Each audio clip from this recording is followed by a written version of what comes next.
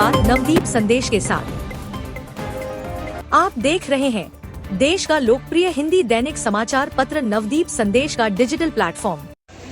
Engineer Deepu Kharwar से आज आपकी खास मुलाकात। ग्राम पंचायत पगरापल्ली निवासी हैं जो समाज सेवा, युवा समाज सेवा के क्षेत्र में एक अपना पहचान बनाए हुए हैं।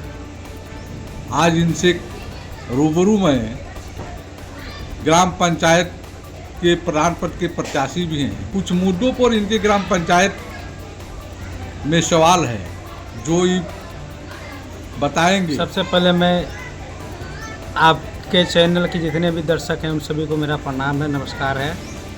और ख़ास करके आपको कि आपने एक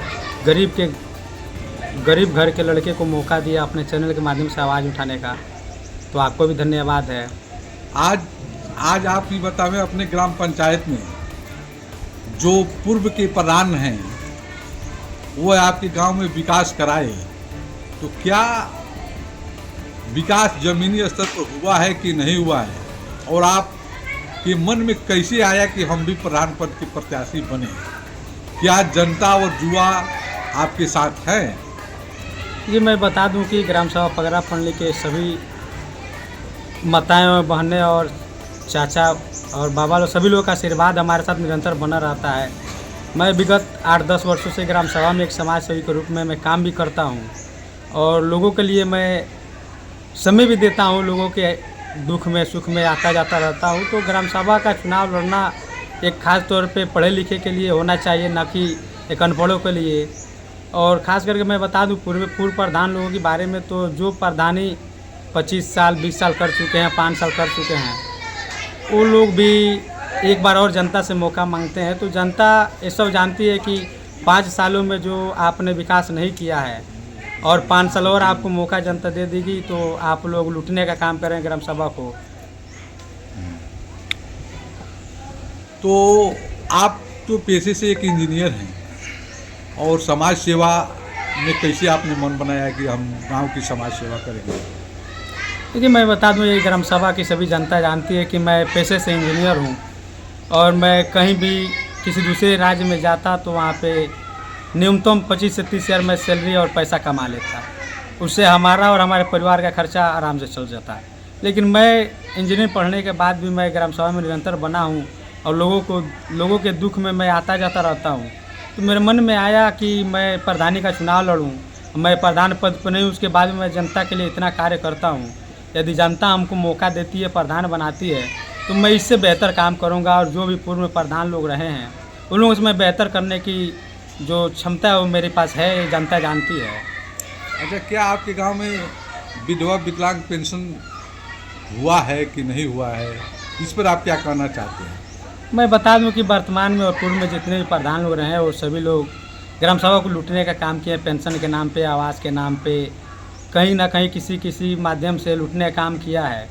और जितने भी पेंशन हुए हैं उनमें कहीं ना कहीं कुछ त्रुटियां नज़र आती है हमें, तो उसको मैं दूर करूंगा। और सबसे पहले मैं प्रधान बनूंगा तो अपने ग्राम सभा का मैं जो व्यक्ति आवास के लायक होगा, पेंशन के लायक होगा, वृद्धा पेंशन के लायक होगा, उन सभी को मैं ये सरकारी योजनाएं दिलाने का काम करूँगा। युवाओं के प्रति आपका क्या रुझान होगा अगर आप प्रधान बनते हैं तो? युवाओं के प्रति मैं खुद एक युवा हूं, तो युवाओं के लिए तो मेरा सर्वप्रथम ही काम होगा कि युवाओं के लिए मैं सबसे पहले अपने ग्राम सभा में क्रीड़ा स्थल को बेहतर से बेहतर बनाऊं, वहां पे ट्रैक बनवाऊं और जितने भी बच्चे खेल कूद में अपना रुचि रखते हैं उन सभी के लिए मैं 4-5 में नेट प्रैक्टिस वाली जो समस्या है उसको मैं दूर करूँ बनवा करके। क्या आपके यहाँ ग्राम पंचायत में विवाह भवन है? नहीं, हमारे ग्राम सभा में तो आज तक कभी कोई न विवाह भवन है, न कोई शमशान घाट है। इस पर आप क्या कहना चाहेंगे? इसमें मैं यही कहूँगा कि यदि मैं प्रधान बनता हूँ और ग्राम सभा की जनता बनाती है मैं प्रधान, तो मैं प्रधान बनने के उपरांत अपने ग्राम सभा में एक बेहतर शमशान घाट का निर्माण करवाऊँगा और उसके साथ ही साथ मैं बेहतर से बेहतर विवाह भवन का भी निर्माण कराऊँगा। आजकल देखा जा रहा है कि बहुत से ऐसे परिवार है जहाँ पर जिनके घर फंक्शनें तमाम, कभी बर्थडे है, कभी शादी है, कभी कोई कार्यक्रम है, तो अगर आपके गांव में विवाह भवन हो जाएगा तो कम से कम सारे कार्यक्रम तो वहाँ लोग अपने जाकर वहाँ कर लेंगे। तो आप कहाँ से, अब ग्राम पंचायत में तो ये व्यवस्था है नहीं कि विवाह भवन बनाने के लिए, तो आप कहीं ना कहीं से इसको अपने दिमाग में लगाए होंगे ना कि हाँ, हम चुनाव जीतने के बाद विधायक निधि से, सांसद निधि से कहीं से लेकर हम काम करवाएंगे। तो क्या आपने इसको? जी सर, मैं इस बात पे बता दूं कि मैं जब प्रधान बनूंगा तो हमारे लिए कोई बड़ी बात नहीं है सांसद निधि से विवाह भवन बनवाना या विधायक निधि से विवाह भवन बनवाना। हमारे लिए वो छोटी सी बात है। मैं विधायक जी से या सांसद जी से जा करके मांग लूँ कि हमारे ग्राम सभा में विवाह भवन बनवाना है, तो अवश्य विधायक जी और सांसद जी हमारी बातों को मानेंगे, क्योंकि वो जानते हैं कि युवा है और युवा इस देश को चलाएंगे और युवा इस देश को। पंचायत का अभी परिसीमन जारी नहीं हुआ, उसके पहले आप दिमाग बना चुके हैं कि चुनाव लड़ना है। अगर परिसीमन सामान्य आता है तो आप क्या करेंगे? जी, मैं दिमाग तो अपना बना लिया हूँ कि सामान्य सीट में भी चुनाव लड़ूंगा। यदि हमारा ग्राम सभा पगरापल्ली सामान्य सीट आता है तो मैं सबसे पहले समान सीट आने के उपरांत में मैं ग्राम सभा को एक फ्री एम्बुलेंस दूंगा।